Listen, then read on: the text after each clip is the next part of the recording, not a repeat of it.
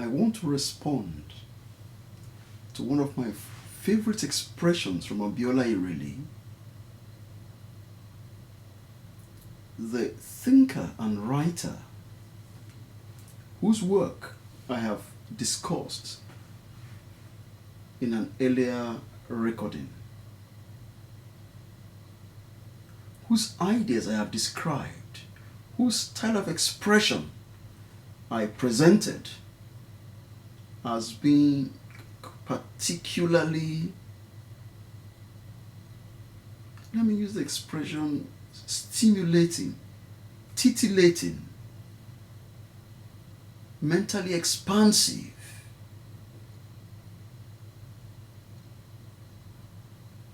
in terms of the synergy between his distinctive style of expression and the mental universe that he reveals through his communication. So much so that what makes him particularly exciting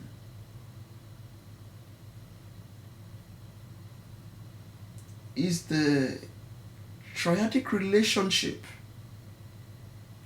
between style of expression,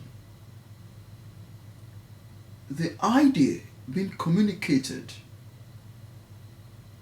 and the mental world from which this stream of expression, this movement towards communication, the ideas being expressed, the mental world from which they are emerging, and which the communicative effort suggests.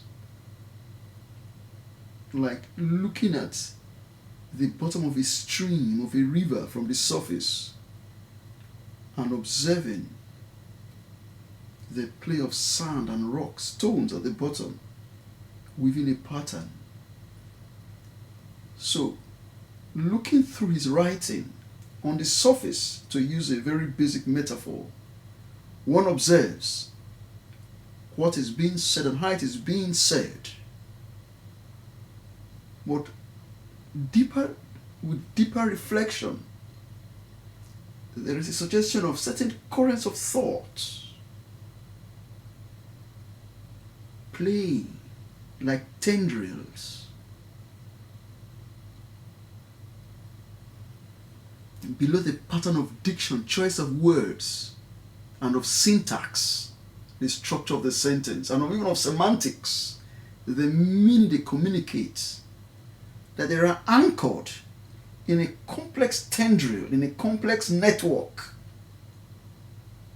of ideas, of engagement with styles of expression, of communication, of which that phrase or that sentence you perceive, or even the entire essay, is but, let's call it a refraction, a projection from a much more complex substratum, which one is invited to engage with by musing, by reflecting upon, by distilling,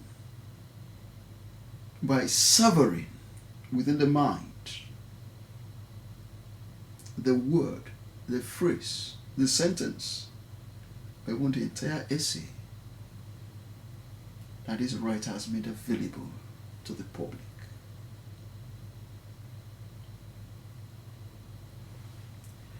Along those lines, I had resolved earlier that my next discussion of Irele is likely to be a wonderful sentence, or couple of sentences, or just a few more, from his introductory essay to Amadou Hampatiba's novel, The Adventures of Wandering,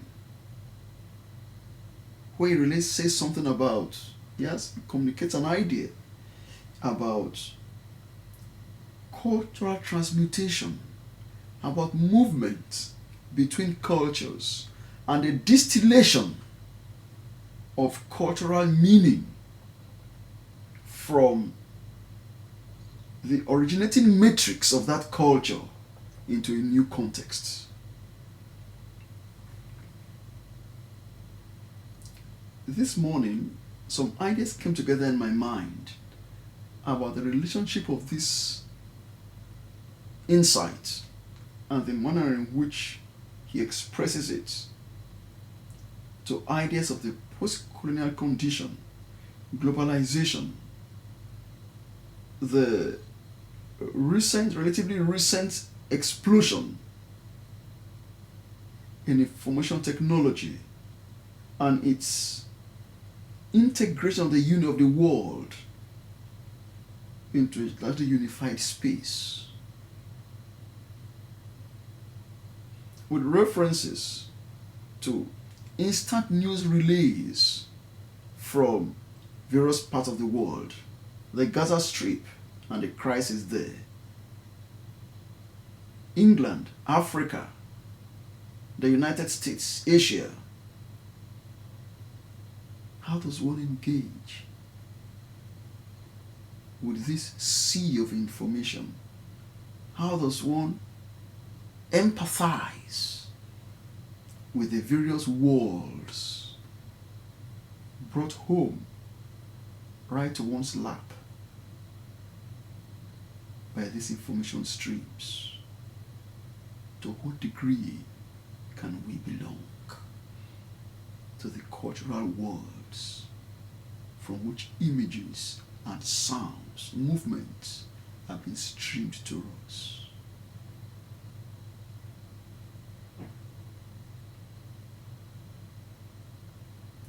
In reflecting on those ideas, I came closer to my own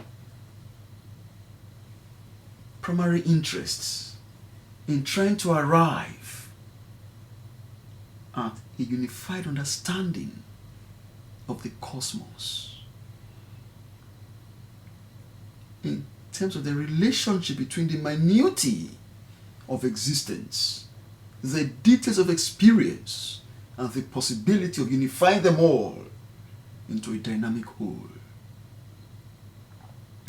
And in doing that, I said, why don't I, along with discussing the significance for me of the released ideas, with reference to those lines from the one introduction, ideas about distilling from a matrix culture fundamental meanings, transposing them into new contexts. Why don't I show to my audience parts of my library which I have gathered for that purpose? I brought together, first of all, my Irele collection, his introduction to Utonji's African philosophy, the one green book at the introduction, his African imagination, Negritude Moment, and his landmark work, his flagship work in my view, The African Experience in Literature and Ideology. I then went on to also put together other books along similar lines, which take off from the inspiration I've got from the master. The work by Same Akak, talking about cosmology and architecture in pre-modern Islam, where Akak looks at the work of Ibn Arabi, the great Islamic mystic, in relation to ideas about space as symbolic of the infinite. I then also brought out Enfoldment and Infinity, an Islamic genealogy of new media art by Laura Marx, where she discusses the relationship between classical Islamic art and modern media in relation to ideas of the infinite. Season of the Witch, a novel by Natasha Mostert, which dramatizes in modern terms the medieval concept in Europe of creating what they call a memory palace. That is a mental archive of images, which is used as a mnemonic device to make you remember a broad range of ideas and ultimately to integrate the totality of as broad a range of ideas as possible and thereby make memory an analog of the infinite variety of cosmic mind. I brought those aside along with a host of other works. George Steiner, another great writer in comparative literature. Catherine Hales on chaos and order, on science, literature, and the relationship between linearity, non-linearity, rupture, and coherence, among others. Roger Penrose on cycles of time. What came before the Big Bang? The notion that the development of the universe is actually a reflection or a demonstration of a cyclic process in which each period of cosmic emergence is a recapitulation at a different level of a previous period. An idea which Penrose develops as a leading cosmological physicist, but which actually is predated centuries well before Penrose in Indian thought, which develops very sophisticated ideas of cosmic time and has long projected the notion that the cosmos exists within vast spans of time, enters into dissolution, and then re-emerges at another period, suggesting really in the harmony between Penrose and to some degree the Indian thought that to what degree really is human thought a recapitulation at various scales, evoking ideas about the unity of vision, of conception, and the possibilities of the mind. Is there a zone beyond which we have not broken? So much so that the totality of human knowledge constitutes, regardless of its expanse, a dome within which we have not crossed. Are we confined to a conceptual matrix, to certain limitations created by our embodiment as physical beings within space and time, operating through a brain, so that regardless of how hard we strive, how far we seek to reach, the concept human, in whatever language it is expressed, denotes a specific style of thought, so that the style of thinking of the so-called uncontacted ethnicities who have remained remote from communication with other people is at bottom, in its fundamentals, identical, in its basic structures, the same as a person like Penrose. A cosmopolitan thinker, deeply versed in various streams of thought, highly trained at the very apex of modern science.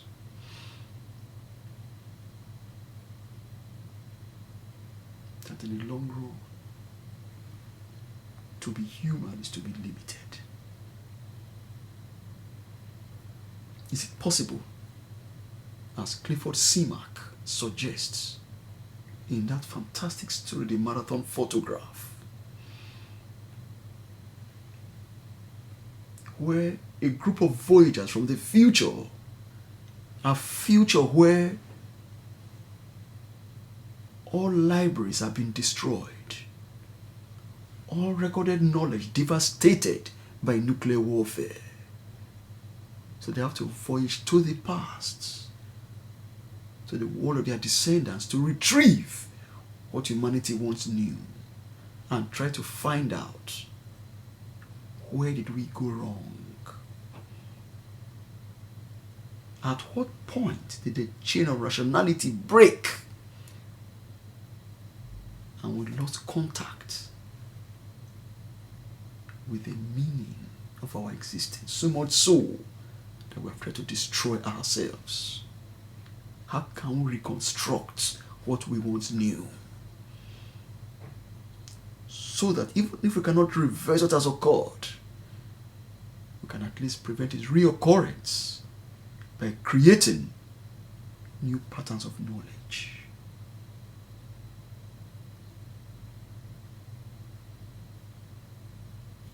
Within this search into humanity's cognitive history, the voyagers from Earth's future discover a capsule from a different race. And the climax of the story occurs in terms of a conflict over what should be done with this capsule. At this climax, we find a person from the 20th century where the story is set, and another person, another human from the future. They are both facing the capsule, and each of them wants to have that capsule. The person from the present understands that this capsule has profound implications for humanity at the present time. A message from the world beyond the earth. A first contact with an alien intelligence. A possible reconfiguration of what humanity knows and has been able to conceive before now. Possibly opening of new worlds of possibility, of achievement. But the man from the future argues that granted all this is true, but what do you think is the readiness of the human race for engagement with that which radically transcends what it knows? Do you think really that what this capsule contains will make meaning to humanity at present? Is humanity ready for forms of knowledge that do not correlate, do not correspond in any manner with any of the coordinates of thought, of awareness, of which the most sophisticated, the most exalted, the most ancient of conceptions have been able to arrive at? In other words, will not be meaningless to many people.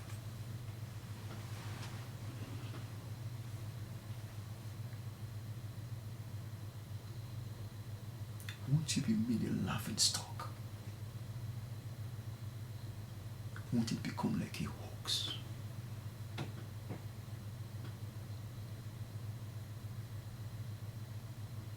Don't you think we who have suffered the ultimate devastation created by hubris, by deadly pride, having reached the apex of knowledge we could reach, at that apex we destroyed the knowledge we had? Don't you think we have gained the humility to understand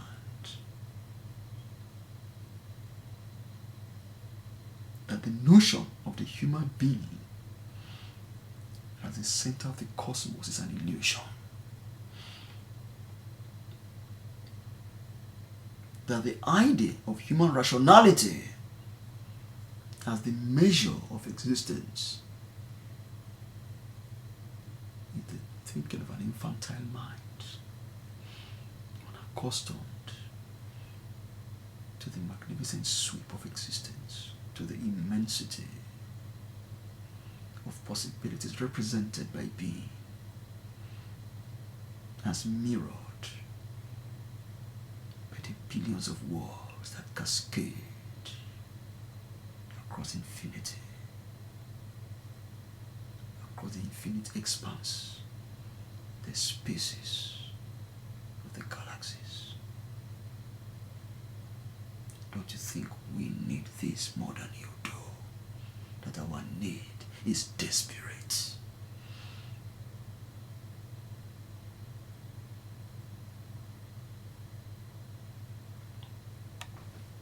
With this brief reflection on C-Max, the marathon photograph, and its dramatization of the idea of the relationship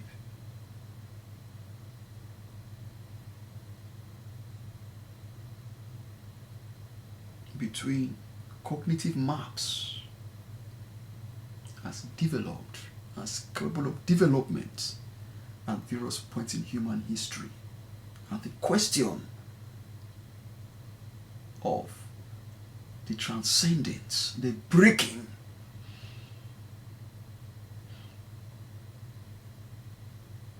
of the web, of the structure created by human mentation, no matter how far, how exalted.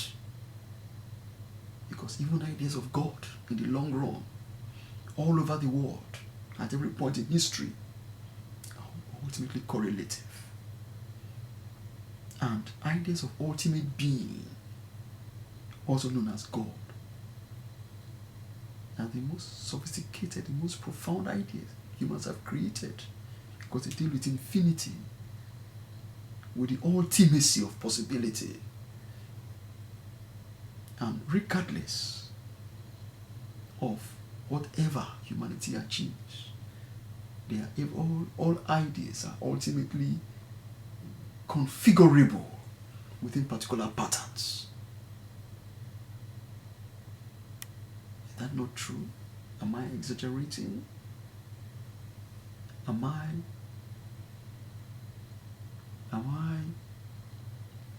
ignoring the radical new ideas in physics, speaking, for example, of multiple dimensions?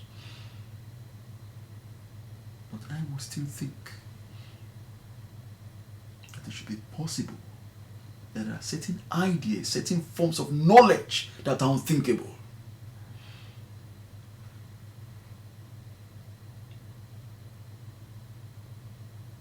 Certain possibilities of knowing that, as Einstein put it so interestingly, he spoke of something about that an intelligence of which we are aware, of this intelligence. We are dimly aware of it in our most exalted reflections. Then, Along with Albert Einstein, founder of relativity theory, regarded as one of the most adventurous thinkers of human experience. Newton, centuries before, truly one of the greatest cognitivists. By the word cognitivist, I mean a person dedicated to the quest for knowledge, a person deeply immersed, thoroughly immersed in the practice of learning as a way of life. The discoverer or creator, as the case may be, of both of the laws of motion, of the laws of gravity, of one of the creators of calculus, if I remember well, one of the founding fathers of the science of optics, and one of the most important thinkers at the point of convergence of the quest to understand the cosmos through the unity of faith, reason, and even living, represented by Hermeticism, one of the foundational disciplines of Western thought, even though it is now marginalized in the mainstream curriculum, in the mainstream academic curriculum. Einstein, Newton stated, or is quoted as stated, I need to confirm that, but I believe he did state it, that I do not know what I have seen, what I seem like to other people, but to myself, I look like a child playing with pebbles on the seashore. From time to time, delighting myself with a pebble more colorful than the other, discovering one pebble or the other more colorful than others, while the great ocean of truth lay all undiscovered before me.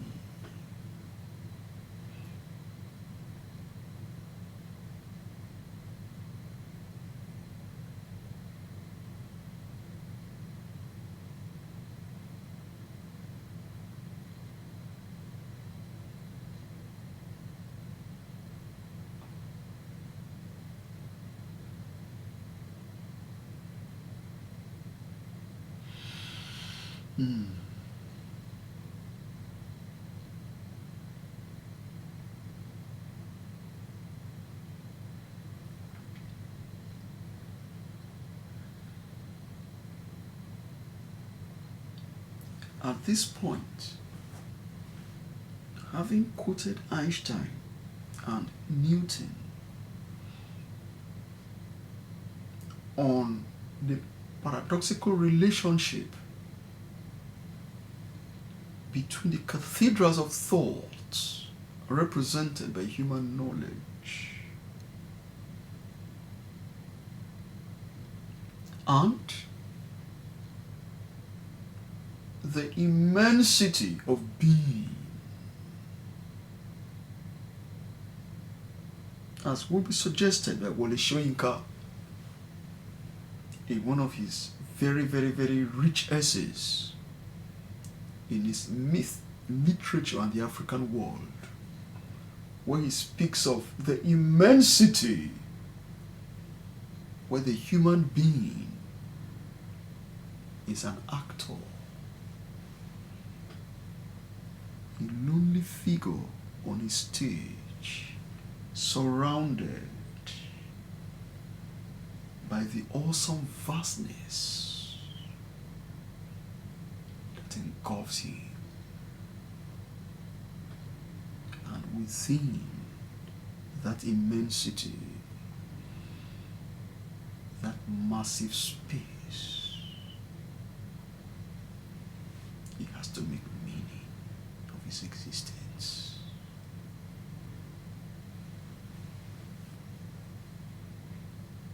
What the Catholic theologian Karl Rahner refers to as the difference between what is known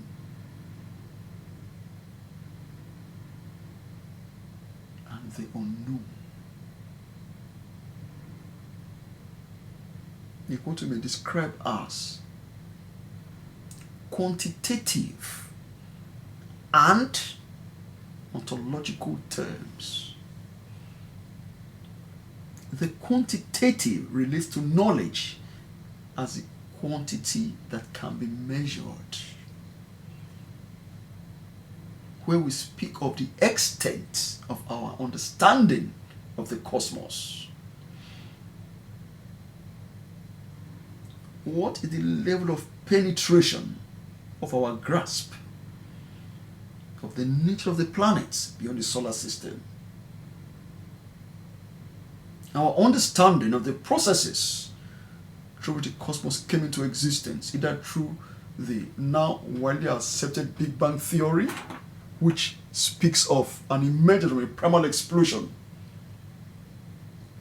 or the competing but now currently understood, described as not being as accurate, the steady state theory, which does not posit a point of beginning, but quite intriguing, suggesting the idea of no beginning, if I understood it well, which is therefore contradictory to human understanding or experience of time, suggesting that perhaps the cosmos is anchored in a dimension or in a state that is not bound by time.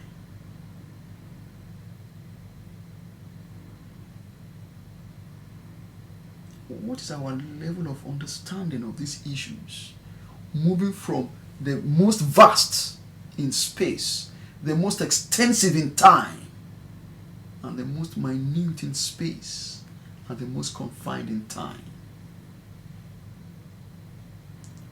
That is at that level when we are trying to describe the scope of our knowledge. We may speak generally of knowledge in quantitative terms. But Rana states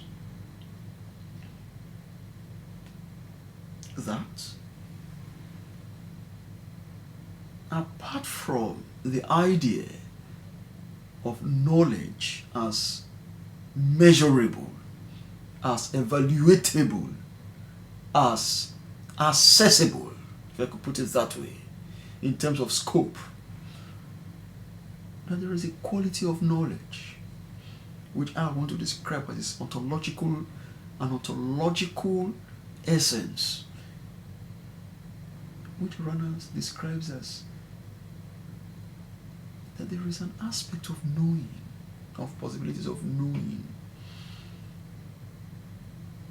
and does not represent the unfortunate remainder of what is not yet known.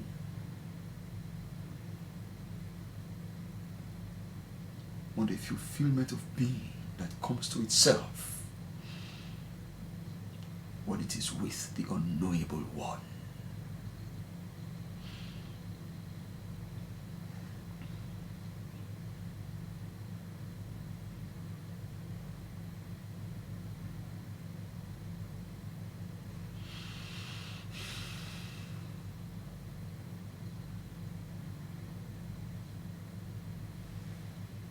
When, in reflecting on ideas of, to quote Soyinka again, when Soyinka uses a paradoxical expression in his poetry collection, Short Only the Creed, he uses the expression, the barrier of immanence. Paradox, because immanence implies the totality of the pervasive, because to be immanent means to be everywhere. That's a fundamental idea used in describing the nature of ultimate reality, of God, as the case may be. Some speak of God as immanent. Some speak of the ultimate as immanent and transcendent. A beautiful way that is described is in the Hindu text, the Bhagavad Gita, where Krishna understood as an incarnation of the Creator, states, having permeated the universe with a fragment of myself, I remain.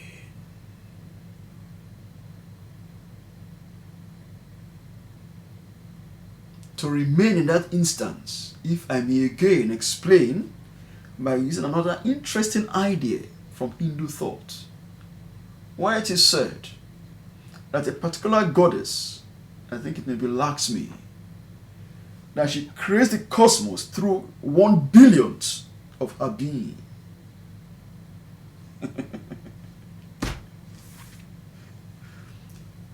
Suggesting the idea that to create the totality of what exists, the immensity which possibly humanity, we wonder if humanity exists forever, never ceases to be, that will humanity be able to encompass the totality of the cosmos? That this totality, expressed in terms of the immense sweep of galaxies, of time, is but an expression of 1/100000th of the being of the goddess.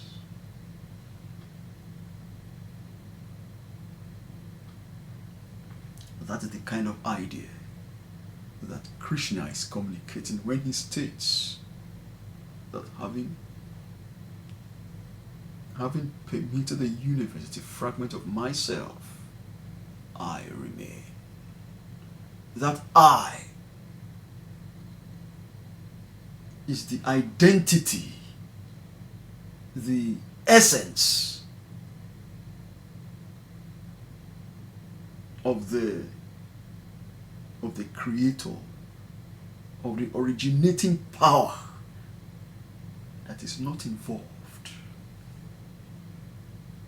in the act of cosmic being.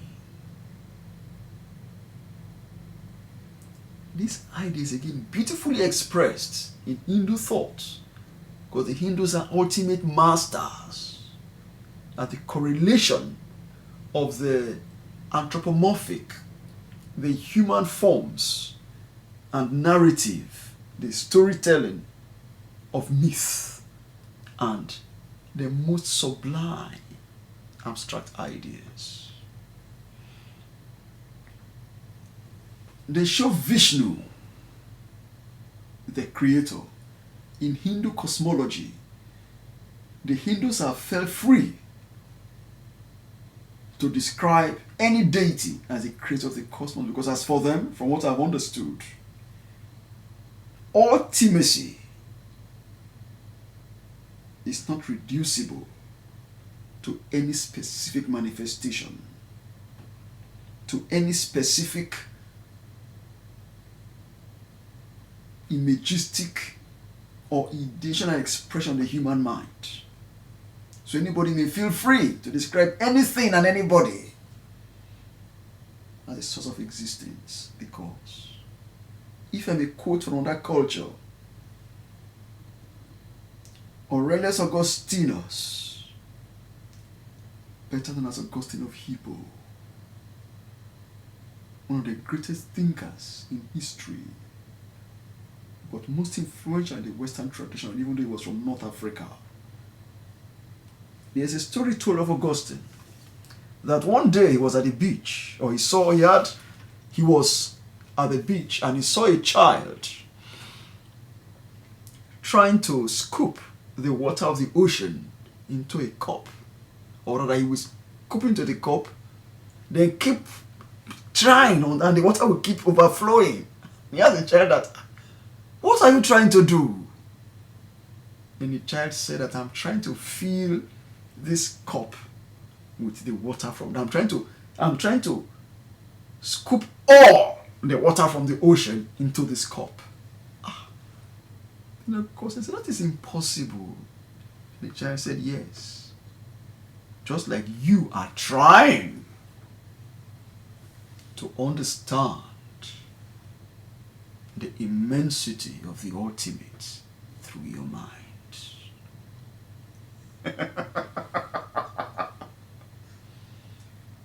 Where the story is true or not, I don't know. But the story illustrates the idea central to religious thought.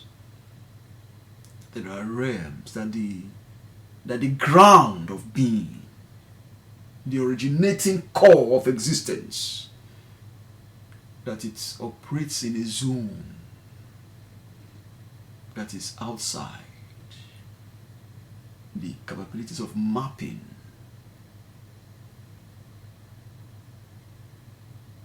of the intellect. And that even when one rises beyond the intellect into that which can engage face to face, as it were, with the ultimate, that even there is a beautiful way it is put by an Islamic mystic, where he says, I beheld you, but I beheld you still veiled. In this case, you see the image of a woman covered by a veil. That's the custom in some Islamic cultures. Perceiving the ultimate being, ultimate reality, as a woman he had sought, and he beheld her at last after much journey, but she was covered by a veil. If I may use another metaphor, another image from another culture again, this time from the Bible. When Moses spoke to God, that I would wish to see you, then God said that to see me is dangerous. You may not survive it, if I remember the story well. Then if I may quickly explain the meaning of that from another culture, this time from Greek myth. When this woman, who was the lover of the god Zeus, the king of the gods, he used to come to her at night. Then she wanted to see him. Then I think she prevailed on Zeus, if I remember the story well. But at least, even though I will not be recounting the story exactly, but to still illustrate this point. And then when he appeared, possibly she was burned to ashes, or something like that. Anyway, God told Moses that I will hide you in the cleft of a rock, then I will pass by, and you will see my back. There is much debate in Jewish theology about the concept of the back of God, the idea of God having a body.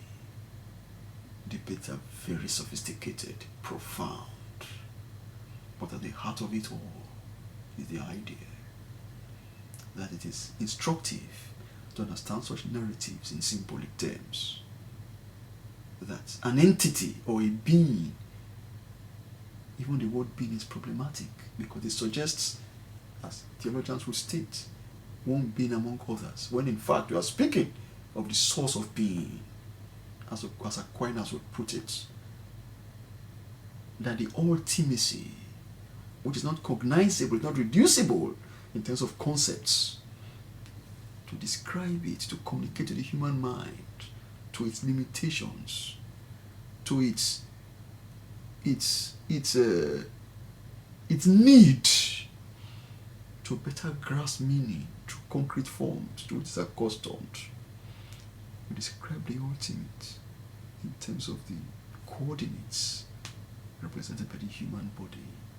We may therefore speak of a back, but realizing it's like trying to describe, in my own way of looking at it, trying to describe the most sophisticated thinking to a newborn baby in his own baby language, or in the sign language, more or less, that a child will understand through some kind of symbols. Because if I may quote another writer, as Dante would put it, after describing a summative vision of ultimate being, that ultimate light, reveal yourself to me again, that even though what I remember is dim, like the emotion that remains after a stirring dream, but the dream itself is forgotten, that lend to me a little of your light, that even though what I babble now, what I have to say is like a child babbling, Mama, Papa, let me at least, let a glimmer, a little of that you reveal to me. So, we have spoken of various concepts of ultimacy and the relationship between the struggle of the human being for understanding. That struggle may be described as a fundamental drive of existence, because without understanding you cannot survive. You must understand your environment, you must understand your society, and beyond survivor, you must make meaning of your existence, you must have relevance. You must express ideas, works of art, social forms, structures of knowledge that demonstrate that this is what existence means to me. That's why I need to keep on living. Speaking of the human being as an entity, as a corporate entity, and counterbalanced against that, the idea that the human mind is compelled to seek that which various thinkers are suggesting, stating, we will not be able to understand, even as we penetrate deeper into that depth.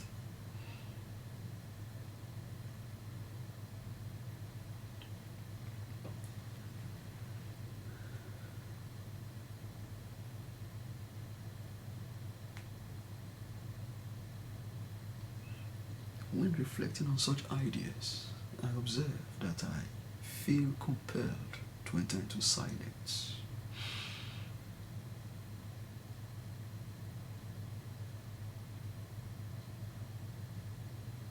Silence because it's good at times to keep quiet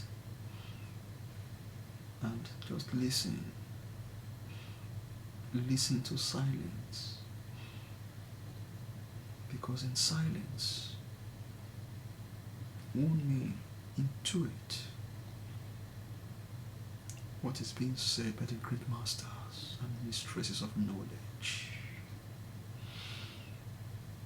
To quote the unfortunate, the great English occultist, which he speaks of, to move in thought beyond the skyline, where the great roads go down.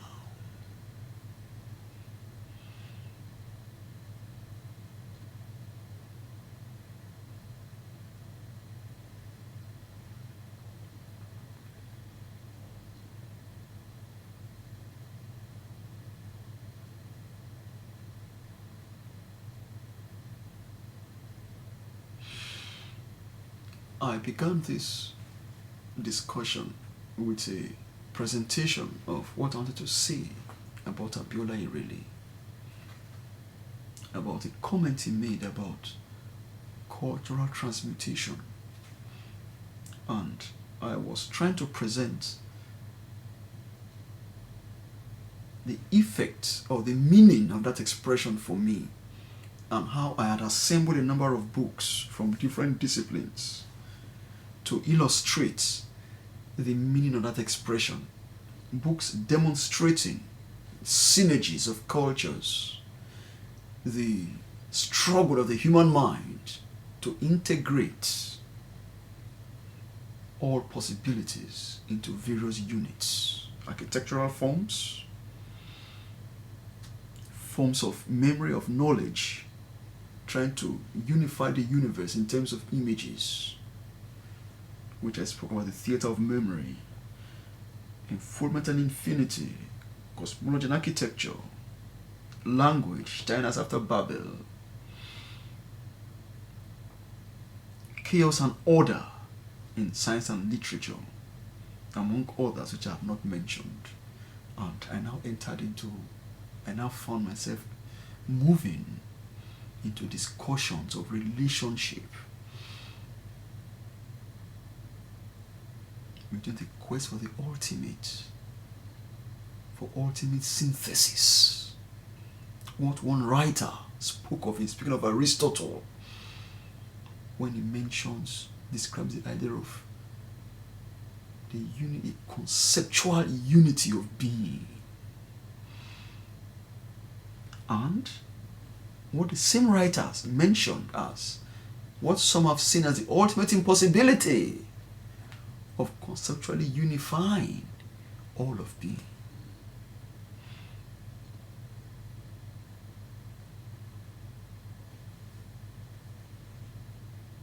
And what others, to evoke an idea from the Islamic mystic Surawadi, who in challenging those other mystics who claimed that they had been able to encounter ultimate reality, like the famous Al-Halaj, who had stated, if I am quoting him well, that said something like Al-Nak, that I am Al-Nak. I'm not sure if that's the right Arabic term, which means the truth, which is an expression for God, one of the names of God. And if I've understood it, that on account of that affirmation,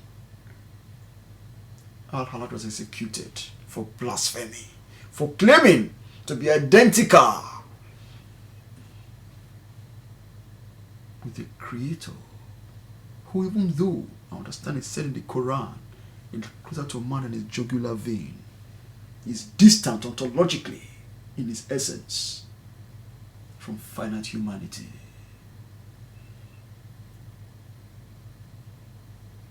As he was being killed, according to some of the beautiful rendition of the narrative in Iliad's very fine collection of religious texts, from primitives to Zen, in those days when the notion of the primitive was still uncontested. It was still, people could still assume that others were primitive without challenging the question of what is primitive or not primitive. Al-Halaj cried out that Allah, that forgive them, for they kill me for what I know and they do not. But there is no problem. If I've understood him well. While the Sufis, the other mystics in the audience, that as their teacher was killed, that they rent their robes in pain and despair. So in challenging this notion of the possibility of the human being to encounter directly the ultimate, I think Surawadi seems to have made the point that it is possible to journey to such realms and to have profound encounters with those realms, but that the human being ultimately needs to regress. He needs to regress back towards his finitude. If I'm describing Surawadi properly, I've not read that summation of his ideas for some years. Very beautiful ideas. Speaking of a journey to God, in God, and a journey from God. Something along such lines. But in conflicting ideas from religion, from philosophy of science, Einstein, Newton, from metaphysics, or more or less, because we can describe all of them as metaphysical, I think I have to some degree suggested the train of ideas that they really quote, which have yet to present, has led me on at the moment. So I think, so as not to make this recording, not to make it too long,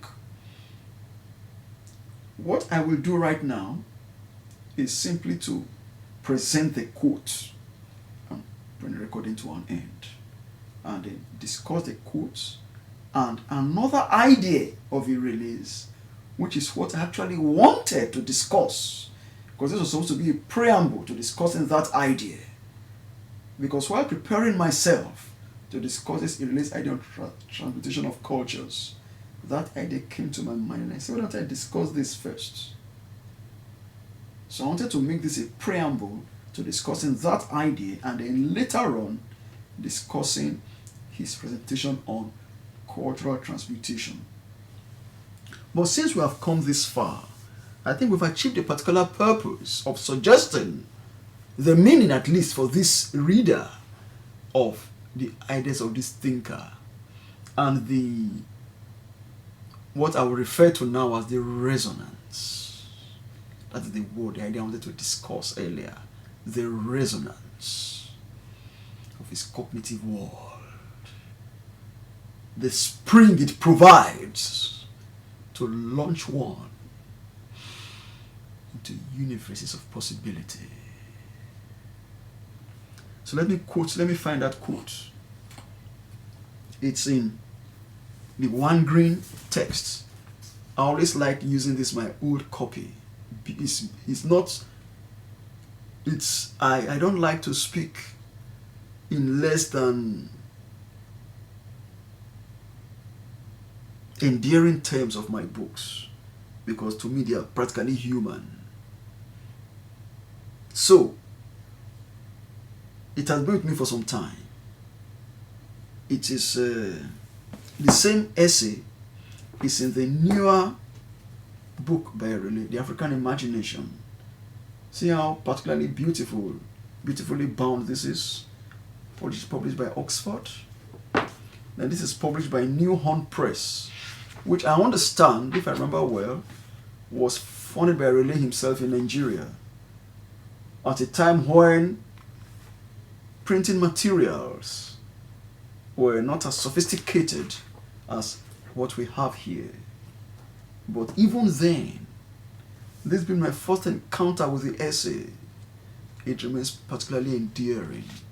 And rather than quote from the newer text where the essay also is, I prefer to quote from here, which is like an old friend, and which is well annotated, or not necessarily annotated, but with markings indicating those sections that have most moved me. So with those markings as a guide, and that word of markings as a guide, again, reminding me of another idea of Irele's, where he speaks of words as markers on the writer's road to his profound intentions. We shall discuss at another day.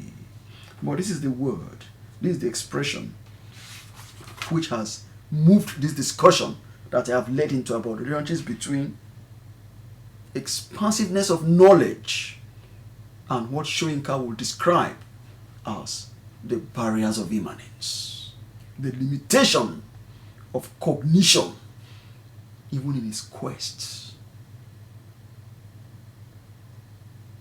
even in its seeking and recognition of the pervasiveness of being as an uncircumscribable totality.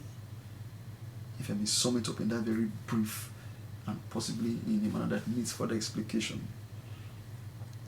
Thus, he is speaking of a fantastic work by Ba known as Kaidara, where Ba translates from this version of the Fulani language he's familiar with into French, a powerful work of initiation. Initiation being a process of transmutation of being, leading in this instance to an encounter with Kaidara, understood as the God of gold and of knowledge. Kaidara, described as embodying the totality of possibilities of knowledge, a beam of light from the burning earth, the burning core that is given to the Creator. And yet, when manifest to humans in his various forms he chooses, that he prefers to emerge as a bent old man, dirty, infested with lies, how to lead astray the unready and welcome those who are led to the possibilities of knowledge beyond what is available to the undiscerning eye.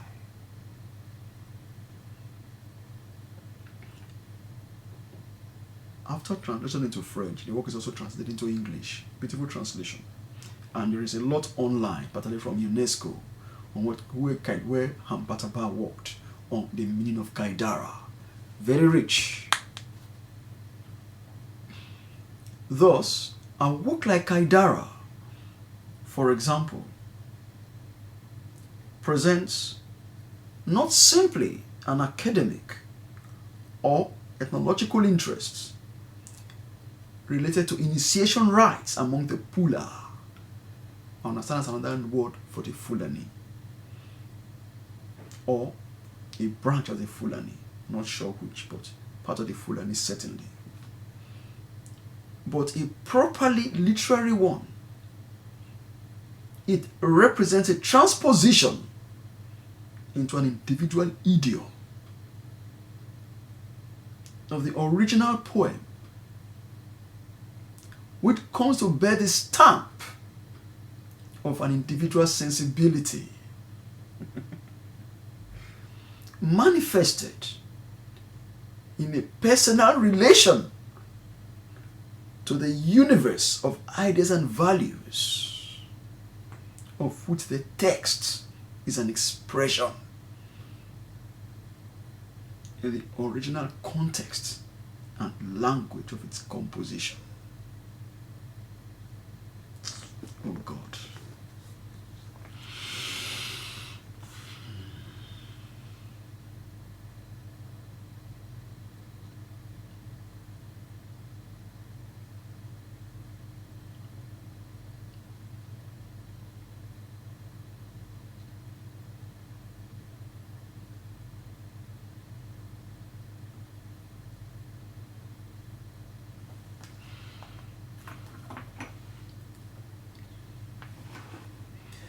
It is a pity that thought is often, or speech is often required to communicate ideas.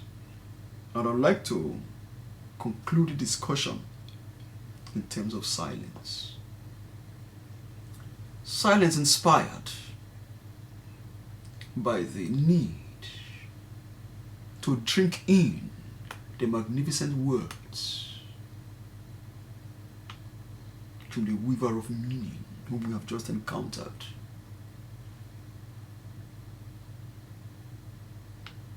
An arabesque,